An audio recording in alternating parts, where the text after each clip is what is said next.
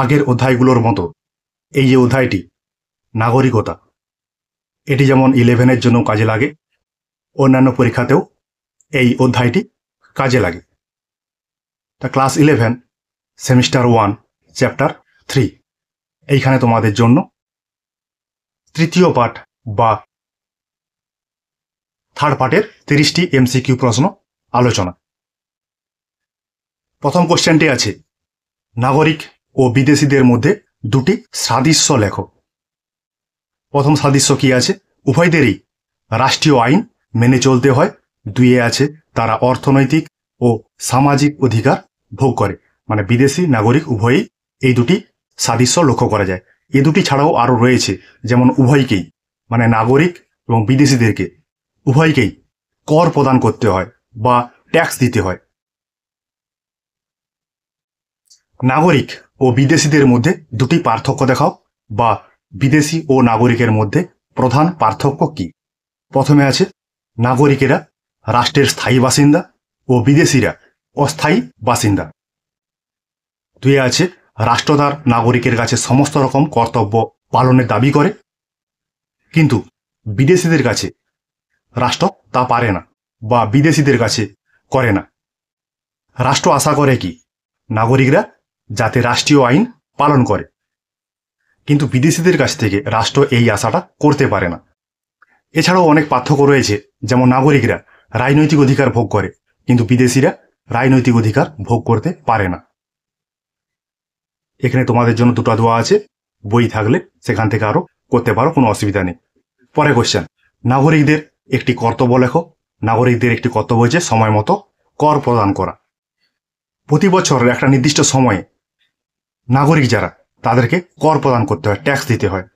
সেই ঘর হোক, বাড়ি হোক, জমিন হোক, চাকুরির ক্ষেত্রে হোক, যে কোনোভাবে হোক নাগরিকদেরকে ট্যাক্স দিতে হয়। নাগরিকের মতো বিদেশিদেরকেও কি কর প্রদান করতে হয়? হ্যাঁ, কর প্রদান করতে হয়। মনে করো বিদেশ থেকে ভারতে এসছে ব্যবসা করতে, বাণিজ্য করতে, চাকুরি করতে, তাহলেও কিন্তু ভারতীয় নাগরিকদের মতো বিদেশিদেরকেও ভারতকে ট্যাক্স দিতে হয় বা কর প্রদান করতে হয়। ভারতে বসবাসকারী একজন ইংরেজ হলেন কি? বিদেশি। তাহলে ইংল্যান্ডের বাসিন্দা যারা তাদেরকে ইংরেজ, তারা আমাদের ভারতে বসবাস করছে, তাহলে তারা ভারতের কিন্তু বিদেশি। রাষ্ট্র কি কোনো বিদেশিকে মৃত্যুদণ্ড দিতে পারে? বিদেশিদেরকে রাষ্ট্র মৃত্যুদণ্ড দিতে পারে না, কিন্তু একটা রাষ্ট্রের নাগরিক যদি গুরুতর অপরাধ করে তার জন্য রাষ্ট্র নাগরিককে মৃত্যুদণ্ড পর্যন্ত দিতে পারে।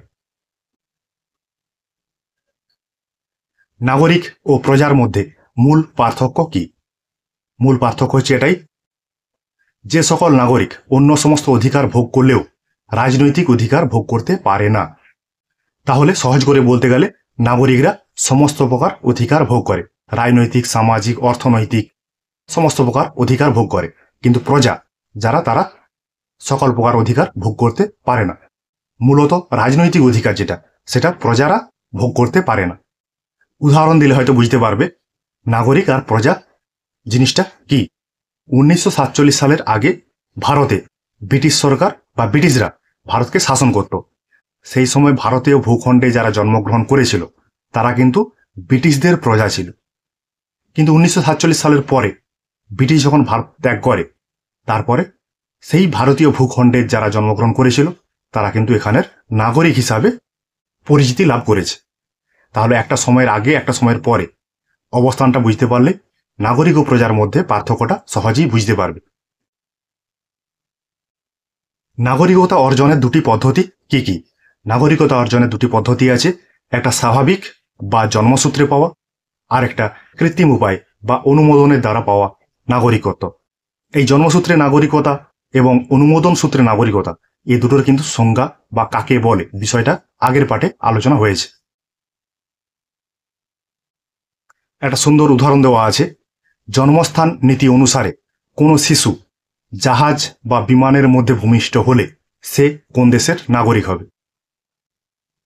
তাহলে ওই বিমান বা জাহাজটি যে দেশে যাচ্ছে শিশুটা কিন্তু সেই দেশের নাগরিক হবে। বিষয়টা আরো পরে দেওয়া আছে উদাহরণ দিয়ে। কোনো ভারতীয় দম্পতির সন্তান ব্রিটিশ জাহাজে বা বিমানে ভূমিষ্ঠ হলে সে কোন দেশের নাগরিক বলে বিবেচিত হবে? তাহলে যেহেতু ওই সন্তান ব্রিটিশ জাহাজে বা বিমানে জন্মগ্রহণ করেছে, তাহলে জন্মস্থান নীতি অনুযায়ী ব্রিটিশ নাগরিক এবং রক্তের সম্পর্ক অনুযায়ী সে কিন্তু ওই শিশুটা ভারতীয় নাগরিক। তাহলে সেই শিশুটা যখন প্রাপ্তবয়স্ক হবে তখন সে নিজের ইচ্ছা অনুযায়ী ওই দুটি দেশের মধ্যে যে কোনো একটির নাগরিকতা গ্রহণ করতে পারে। এইটা দ্বৈত নাগরিকতার সমস্যা যে আমরা আলোচনা করছিলাম সেই বিষয়টাই এখানে উদাহরণ দিয়ে বোঝানো আছে। বর্তমানে নাগরিকতা অর্জনে জন্মস্থান নীতিটি অনুসৃত হয় কোন দেশে? আর্জেন্টিনা ও মার্কিন যুক্তরাষ্ট্রে। জন্মসূত্রে নাগরিকত্ব ও অনুমোদন সিদ্ধ নাগরিকত্বের মধ্যে পার্থক্য করা হয় কোন দেশে? আমেরিকাতে। আমরা একটা উদাহরণ দিয়ে বলছিলাম, অনুমোদন সূত্রে যারা নাগরিকতা অর্জন করেছে আমেরিকাতে, তারা কিন্তু রাষ্ট্রপতি বা উপরাষ্ট্রপতি পদে নির্বাচিত হতে পারেন না। তাহলে এখানে বোঝা যাচ্ছে এই আমেরিকাতে জন্মস্থান নীতি অনুযায়ী এবং অনুমোদন সিদ্ধ নাগরিকের মধ্যে পার্থক্য করা হয়। স্বাভাবিক নাগরিক কাদের বলে? যারা জন্মসূত্রে নাগরিকতা অর্জন করেছে তাদেরকে স্বাভাবিক নাগরিকতা বলা হবে। জাস সয়েল কথাটির অর্থ কি? জাস সয়েল কথাটির অর্থ হচ্ছে জন্মসূত্রে অর্জিত। জাস স্যাঙ্গুইনিজ কথাটির অর্থ কি? কথাটির অর্থ হচ্ছে রক্তের সম্পর্ক। দ্বৈত নাগরিকতা কাকে বলে? দ্বৈত নাগরিকতা হল রক্তের সম্পর্ক নীতি ও জন্মস্থান নীতি অনুসারে একই সঙ্গে দুটি ভিন্ন দেশের নাগরিকতা অর্জনকে বোঝায়। ওই যে উদাহরণটা দিলাম যে ব্রিটিশ জাহাজে ভারতীয় দম্পতির সন্তান জন্মগ্রহণ করেছে, তার রক্তের সম্পর্ক অনুযায়ী সে ভারতীয় নাগরিক, জন্মস্থান নীতি অনুযায়ী ব্রিটিশ নাগরিক। তাহলে একই সঙ্গে ওই শিশুটি দুটি দেশের নাগরিকতা অর্জন করেছে। এটি কি বলা হবে? তোমার দ্বৈত নাগরিকতা। দ্বৈত নাগরিকতার সমস্যা সমাধানের যে কোনো একটি উপায় লেখো। অনেকগুলো উপায় আছে, এখানে দুটো উপায় দেওয়া আছে, একটি উপায় লিখতে বলছে। প্রথমেরটা কি আছে? শিশু প্রাপ্তবয়স্ক হলে তাকে যে কোনো একটি রাষ্ট্রের নাগরিকত্ব বেছে নিতে হবে। দুই আছে, দুটি রাষ্ট্র নিজেদের মধ্যে চুক্তি করে একটি স্থায়ী সমাধান করবে, মানে একজন ব্যক্তি দুটি রাষ্ট্রের নাগরিকতা পেতে পারে না। অনুমোদন সিদ্ধ নাগরিক কাকে বলে? কোনো রাষ্ট্রের অনুমোদন নিয়ে কেউ যদি সেই রাষ্ট্রের নাগরিক হন তাহলে তাকে বলা হবে অনুমোদন সিদ্ধ নাগরিক। এই অনুমোদন সিদ্ধ নাগরিককে দুভাগে ভাগ করা যায়, একটা ব্যষ্টিগত আর একটা সমষ্টিগত। ব্যষ্টিগত বলতে একজন ব্যক্তি যদি অন্য কোনো রাষ্ট্রের নাগরিকত্ব লাভ করার ইচ্ছা প্রকট করে, এটা গেল তোমার ব্যষ্টিগত।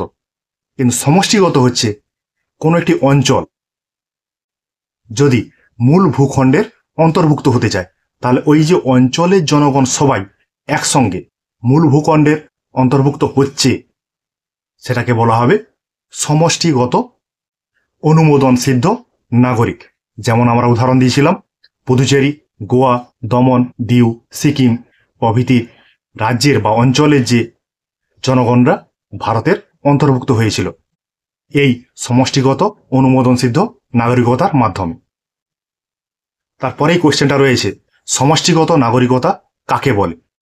কোনো অঞ্চল বা ভূখণ্ড কোনো রাষ্ট্রের অন্তর্ভুক্ত হলে সেই অঞ্চলের অধিবাসীগণকে একত্রে যেভাবে নাগরিকতা প্রদান করা হয়, মানে একত্রে বলতে সবাই একসঙ্গে ওই অধিবাসীগণ কোনো রাষ্ট্রের অন্তর্ভুক্ত হচ্ছে, তাকে বলা হবে তোমার সমষ্টিগত নাগরিকতা।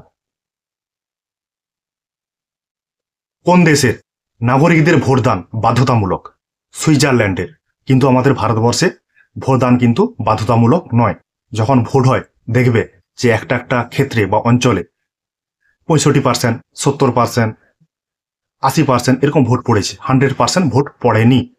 কিন্তু এই সুইজারল্যান্ডে 100% ভোট দিতে হয়, মানে সবার জন্য ভোটটা বাধ্যতামূলক করা আছে, কিন্তু যেটা আমাদের ভারতবর্ষে নেই। কাদের ভোটদানের অধিকার রয়েছে? কেবলমাত্র নাগরিকদের। যারা বিদেশি তারা কি আর ভোট দিতে পারবে? আমাদের ভারতবর্ষের ক্ষেত্রেই ধরি, কোন ইংরেজ আমাদের ভারতবর্ষে বসবাস করছে বিদেশি হিসাবে, সে কি ভারতের নির্বাচনে অংশগ্রহণ করতে পারবে? ভোট দিতে পারবে? পারবে না। তাহলে কেবলমাত্র নাগরিক যারা, তারাই ভোট দিতে পারে। ভোটদানের অধিকার কিরূপ অধিকার? ভোটদানের অধিকারটা একটা রাজনৈতিক অধিকার। নাগরিকত্বের অন্যতম প্রধান হাতিয়ার কি? ভোটাধিকার। ভোটাধিকার পেলেই কিন্তু একজন ব্যক্তি একটা রাষ্ট্রের নাগরিকত্ব লাভ করেছে বলে ধরে নেওয়া হয়, মেনে নেওয়া হয়।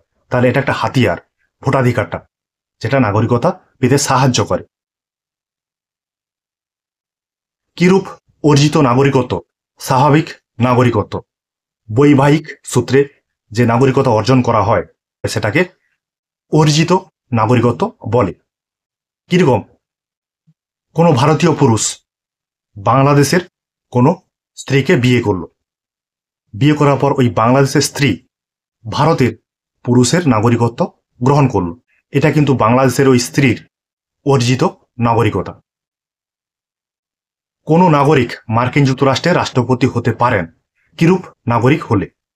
যদি ওই ব্যক্তি জন্মসূত্রে মার্কিন যুক্তরাষ্ট্রের নাগরিক হয়ে থাকেন, তাহলে মার্কিন যুক্তরাষ্ট্রের রাষ্ট্রপতি বা উপরাষ্ট্র হতে পারবেন না যদি কোনো ব্যক্তি অনুমোদনের দ্বারা মার্কিন যুক্তরাষ্ট্রের নাগরিকত্ব নিয়ে থাকেন। এটা কিন্তু আমরা অনেকবার আলোচনা করেছি অনেক পার্টে। পরে কোশ্চেন, কোন রাষ্ট্রগুলিতে জন্মসূত্রে নাগরিক ও আইন অনুমোদিত নাগরিকের মধ্যে পার্থক্য করা হয়? ফ্রান্স, বেলজিয়াম, মার্কিন যুক্তরাষ্ট্রে।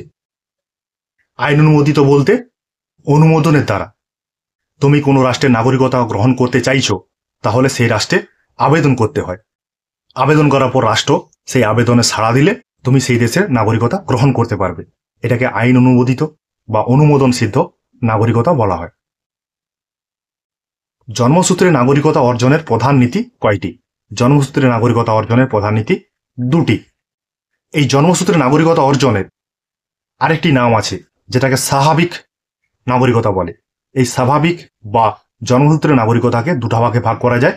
একটা হচ্ছে রক্তের সম্পর্ক, আরেকটা জন্মস্থান নীতি। এই দুটিকে একত্রে জন্মসূত্রে নাগরিকতা অর্জন বলা হয়ে থাকে। কোথায় সমষ্টিগত অনুমোদনের দ্বারা নাগরিকতা অর্জনের ব্যবস্থা চালু রয়েছে? ভারতে। এর আমরা অনেক উদাহরণ দিয়েছি। পুদুচেরি, গোয়া, দমন, দিউ, সিকিম, এই অঞ্চলগুলো সমষ্টিগত অনুমোদনের দ্বারা ভারতের অন্তর্ভুক্ত হয়েছে, বা এখানের জনগণরা সমষ্টিগত অনুমোদনের দ্বারা নাগরিকতা অর্জন করেছে। জন্মসূত্রে ব্যতীত অন্যভাবে নাগরিকতা অর্জনকারীদের কি বলা হয়? অনুমোদন সিদ্ধ নাগরিক। তাহলে জন্মসূত্রে না হলে আরেকটা আছে অনুমোদন সিদ্ধ, মানে আমরা যে নাগরিকতা গ্রহণের যে দুটি পদ্ধতি আছে, সেই দুটি পদ্ধতি, একটি হচ্ছে জন্মসূত্রে, আরেকটি অনুমোদনের দ্বারা নাগরিকতা অর্জন। আংশিক অনুমোদন সিদ্ধ নাগরিকতা বলতে কি বোঝায়? যখন অনুমোদন সিদ্ধ নাগরিকদের বিশেষ বিশেষ অধিকার থেকে বঞ্চিত করা হয়, তাকে বলা হবে তোমার আংশিক অনুমোদন সিদ্ধ নাগরিকতা। অনুমোদন সিদ্ধ নাগরিকতাকে তোমার দুভাগে ভাগ করা হয়েছে, একটা ব্যষ্টিগত বা ব্যক্তিগত, আর একটা সমষ্টিগত নাগরিকতা। এই ব্যষ্টিগত বা ব্যক্তিগত নাগরিকতাকে আবার দুভাগে ভাগ করা হয়েছে, একটা আংশিক আর একটা সম্পূর্ণ। মানে ব্যষ্টিগত নাগরিকতাকে দুভাগে ভাগ করা হয়েছে, একটা সম্পূর্ণ নাগরিক আর একটা অসম্পূর্ণ নাগরিক বা আংশিক নাগরিক। তবে যখন কোনো অনুমোদন সিদ্ধ নাগরিক বিশেষ বিশেষ কিছু সুযোগ সুবিধা ভোগ করতে পারবে না, মূলত ধরি রাজনৈতিক অধিকার ভোগ করতে পারবে না, তখন তাকে বলা হবে আংশিক অনুমোদন সিদ্ধ নাগরিকতা। ঠিক আছে, নাগরিকতার যে তৃতীয় অধ্যায়টি, সেই অধ্যায় থেকে তোমাদের জন্য 30টি এমসিকিউ প্রশ্ন আলোচনা হলো। এই তৃতীয় অংশে বা তৃতীয় পার্টে এমসিকিউগুলি আলোচনা প্রসঙ্গে কিছু সংক্ষিপ্ত বিবরণ দেওয়া হয়েছে, দেখবে, পড়বে। ঠিক আছে, তোমাদের জন্য আমার এই কিঞ্চিত প্রয়াস।